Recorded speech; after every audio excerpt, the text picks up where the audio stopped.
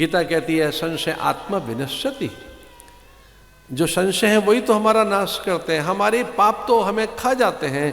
व्यक्ति को छोटा और बहुत अधिक भयभीत उसके पाप ही तो उसे करते हैं। जो नहीं चाहते कि प्रकाशित हो, उजागर हो, पाप कहाँ चाहता है कि वो प्रकट हो? पाप तो छुप के रहना चाहता है। व्यक्ति छुपा कर रखता है अपने पाप, उसे बताना नहीं चाहता, किसी को दिखाना नहीं चाहता, क्योंकि पाप के बाद में मान हानि होगी, कीर्ति खंडित होती है, व्यक्ति की आभा चली जाती है। और जब व्यक्ति की आभा ही नहीं रही, कीर्ति नहीं रही, उसका यश अगर खो जाता है तो व्यक्ति की मृत्यु ही तो है कि जब यश ही चला गया। वे सारे के सारे तेजहीन हो गए और कंस भी पटकनियां खाने लगा। भगवान ने केश पकड़कर मुष्टिक प्रहार कर उसके वक्षस्थल पर एक पदप प्रहार किया था और कंस रक्त वमन कर धरा पर उसके प्राण पखेर उड़ गए।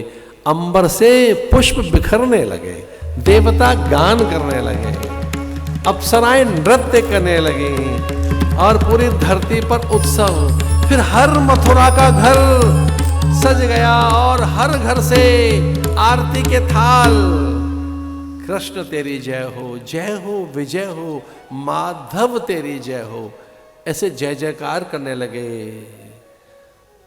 वसुदेव सुतम देवम कंसचाणूरमर्दनम देवकी परमानंदम कृष्णम वंदे जगद गुरु।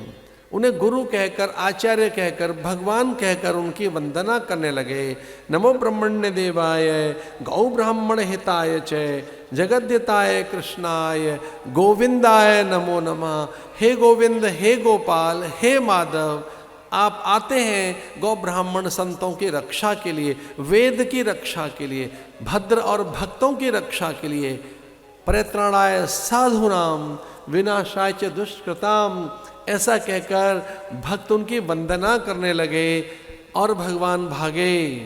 वचन दिया था यमुना को, यमुना ने उनसे वचन ले लिया था कि जैसे ही कंस का मरण हो तो पहले मेरे पास आना समाचार लेकर।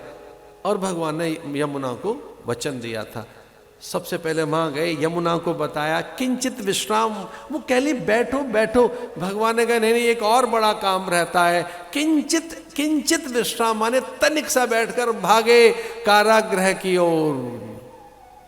और वहां उन्होंने मुष्टिक पद प्रहार, मस्तक के प्रहार से कारागृह के फाटक तोड़ डाले, हथगड़ियां बेड़ियां, और अपने माता पिता से लिपट चिपट गए कृष्ण ये कहकर, तात मात कहकर उन्हें सुख दिया।